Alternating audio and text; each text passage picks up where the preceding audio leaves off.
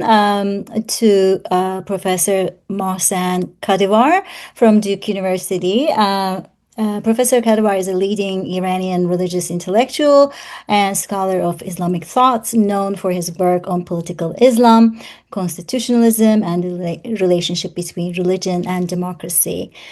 He also has numerous publications both in Persian and English, notably his book, Human Rights and Reformist Islam, exploring Islam's relationship to modern human rights.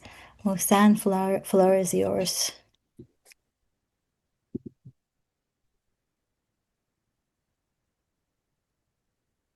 Thank you so much. First, I would like to thank you, the Duke Islamic Studies Center and Duke University Middle East Studies Center, especially Professor Lowe, as well as panel moderator, Professor Havli Oglu. I'm pleased to have the opportunity alongside other colleagues to engage in a critical discussion of the recent event in Iran. I extend my heartfelt condolence to the people of Iran. On this occasion, I intend to briefly present some points regarding the political theory of the Islamic Republic and its connection to the recent bloody protests. So my presentation will have two parts. Part one, the doctrine of Vilayat al-Faqih, guardianship of jurists, can be examined from several perspectives: religious and jurisprudential, legal and constitutional, political, philosophy, and realpolitik, and its relationship to the recent protests. I will briefly address each. Vilayat al-Faqih is a jurisprudential term referring to the guardianship exercised by a jurist over individuals without guardians in the absence of a state nation. Its transformation into political guardianship of the jurist is no more than 2 centuries old. As explicitly stated by Ayatollah Sayyid Abul Qasim Khoei, the majority of Shiite jurists do not believe in the doctrine of absolute guardianship of the jurist. Political guardianship of jurists, articulated by Ayatollah Khomeini, constitutes one form of political Islam or Shi'i revolutionary fundamentalism. In Guardianship Government, my book 1998, I have elaborated in detail the reasons for its validity with respect on foundation of Islamic teachings, invalidity. The Constitutional Revolution and its 1906 Constitution sought to limit the absolute power of the monarch, transform the monarchy into symbolic institution, and transfer the administration of the country to the people's representatives in the parliament. Unfortunately, the constitutional facade was quickly preserved while political reality reverted to absolute monarchy. The peak of constitutional government in Iran's history was the national government of Mohammad Mossadegh, which resulted in a nationalization of the oil industry. This liberal, secular, democratic government was overthrown by the August 1953 coup orchestrated by MI6 and CIA, and a quarter century of dependent secular dictatorship was imposed on Iran. The 1979 revolution had 2 principal demands: independence and freedom, and of course, justice, which was later added to the ambiguous form of Islamic government, understood more as just governance than anything else. Despite the charismatic personality of Ayatollah Khomeini, who enjoyed overwhelming popular acceptance, Vilayat al-Faqih was never a national demand and was not even among the slogans of revolution. It was absent from the draft of constitution too. Nevertheless, Vilayat al-Faqih entered the constitution and altered the entire structure. While national sovereignty based on the elections was also recognized, the first result was a hybrid legal system. Ayatollah Shariat Madari, a Shiite authority of equal standing with Ayatollah Khomeini, protested the constitutional referendum in December 1979 due to the contradiction between Velayat Faqih and the principle of national sovereignty, and he later died under house arrest. In the constitutional revision, the requirement of Marja'iyya, Shiite authority, for leadership was removed, and the absolute guardianship of the jurist was added. In practice, the Islamic Republic turned into a religious dictatorship, a dictatorship that exploits Islam and Shiism for authoritarian purposes. From the perspective of political philosophy, the Islamic Republic, based on absolute guardianship of the jurist, is an authoritarian electoral regime. Under Khamenei, real elections have gradually been reduced through the Guardian Council's supervision to choices among candidates approved by the regime. Ayatollah Montazeri, who was intended to be the second supreme leader and was dismissed for protesting the unlawful execution of several thousands political prisoners in summer 1988, declared a few months before his death in 2009, this regime is neither Republican nor Islamic. Absolute guardianship of the jurist can be described as an Islamic Leviathan, Hobbes, an absolute government concentrated not in the state but in the person of the jurist, ruling through a form of Machiavellianism. From another perspective, authority of this regime, which once relied on massive popular support, now depends on the military power of the IRGC and the domestically produced missiles, and intervening of religious authoritarianism and military authoritarianism. From the standpoint of political legitimacy, among the pillars of 1979 revolution, the Islamic Republic has attained only independence. Its principal preoccupations have been elimination of Israel and resistance to US dominance in the region, as Professor Nass mentioned, for which it has been paid extremely heavy price.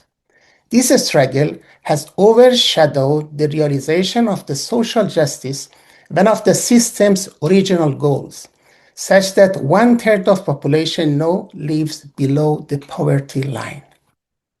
The failure is due to the harsh US sanction, structural corruption, and managerial inefficiency. Freedom has never been a concern of the Islamic Republic, and it has made minimal effort to realize it. By freedom, I focus on political freedom and freedom of lifestyle. Women freedom and headscarf was ultimately achieved through the mass protest movement Women Life Freedom in 2003 in the cost of several hundred deaths, and was effectively imposed on the regime by young women and Iranian society. Another example is the right of peaceful assembly. Recognized in Article 27 of the Constitution, this fundamental principle, essential to any democratic government, has never been implemented. While supporters of the regime enjoy this right, critics of Islamic Republic have never been allowed to hold peaceful demonstrations, and whenever they have taken to the street, they have been suppressed by plainclothes agents, police, or security forces. The people of Iran have tired from possible avenue to reform the Islamic Republic and have encountered only dead ends. Despite all restrictions in presidential election, they have managed to elect the reformist Mohammad Khatami, the centric Hassan Rouhani, and the moderate reformist Masoud Pezeshkian, defeating hardline candidates favored by the supreme leader. Yet, none of these three administrations was able to take fundamental steps toward reform due to constant influence by the leader and institution under his control. The Islamic Republic has placed the Iranian people before two options: submission to the status quo or recourse to violent regime change through foreign intervention. While the choice of the majority lies between these two, a peaceful, non-violent transition from the Islamic Republic toward a democratic government. Public support for the regime has declined sharply, at least since 1989. And it can now be stated with confidence that the Islamic Republic has become a minority rule over dissatisfied majority. This minority constitutes at most around 15% of the population and is supported by IRGC and the Basij militia. Electoral participation, which once stood at approximately 80%, has sharply declined to less than half. It was my first part, and second part about this bloody protest.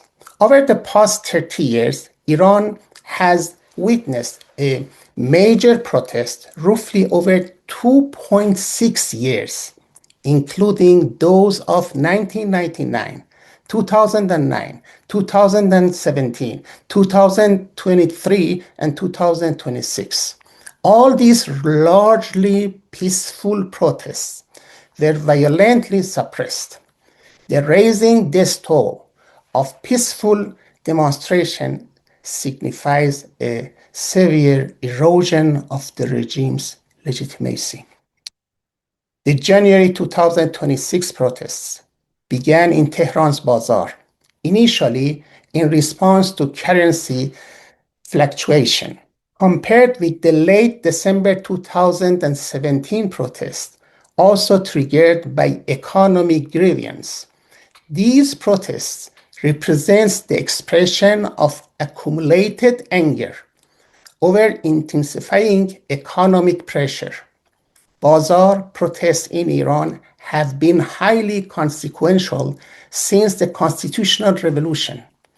None of other protests during the Islamic Republic began in Bazaar.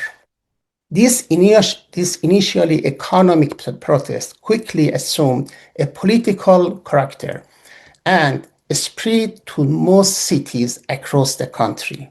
As in several recent major protests, the slogan targeted the very foundation of Islamic Republic and the person of the supreme leader. The people expressed their profound dissatisfaction with both the micro and macro policies of the regime and with Khamenei personally, with clarity and explicitness. For the first time, the number of demonstrators suppressed the record set during the peaceful movement of 2009. However, following the shutdown of both domestic and international internet access on Thursday, January 8, an unprecedented massacre occurred.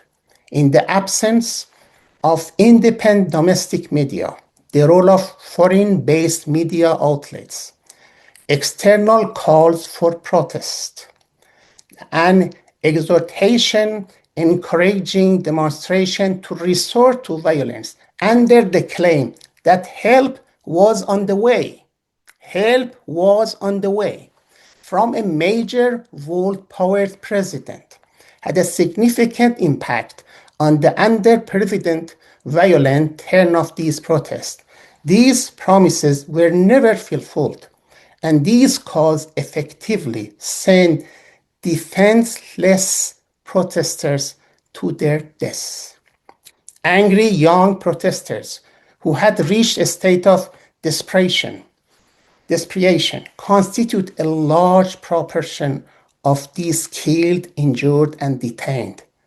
The country's intelligence apparatus, having failed to anticipate the extent of infiltration and influence of foreign intelligence services and their domestic agents, issued shoot-to-kill orders against all demonstrators from Thursday afternoon onward, even though the overwhelming majority of demonstrators were protesting citizens, and distinguishing alleged terrorists from ordinary protesters was practically impossible. The Islamic Republic bears direct responsibility for the bloodshed, and the supreme leader is the principal accused.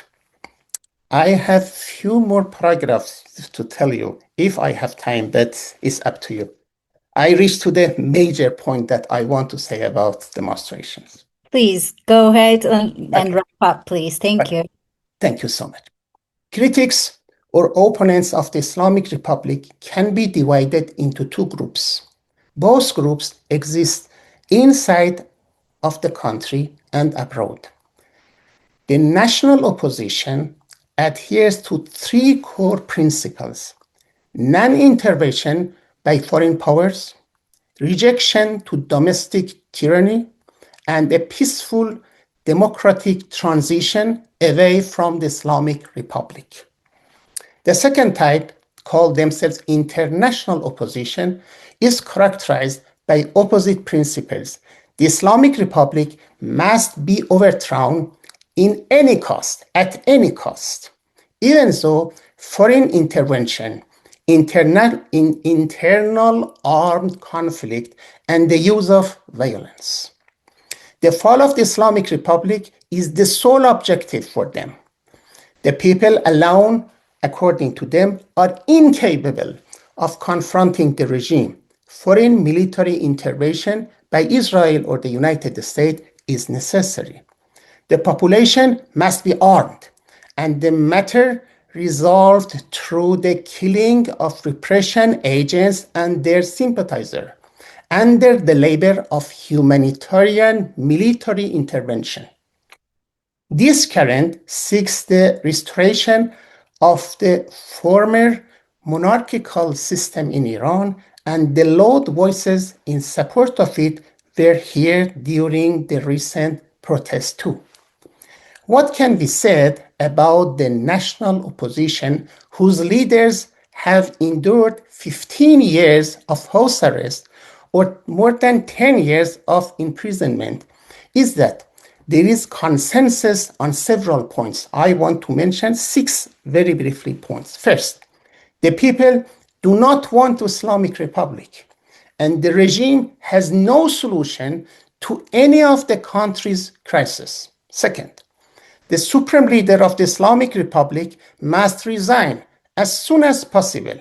He is the primary obstacle to Iran's freedom and prosperity. Third, popular protests will continue and the final outcome is achieved. Fourth, a broad coalition comprising all national tendencies, Republicans and constitutionalists, religious and secular, rightists and leftists, must be formed. Fifth one, violence harms the nation and benefits the ruling regime.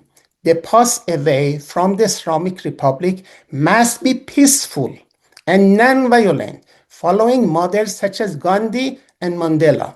Six, a referendum on the constitution of the future system and election for a constituent assembly must be held.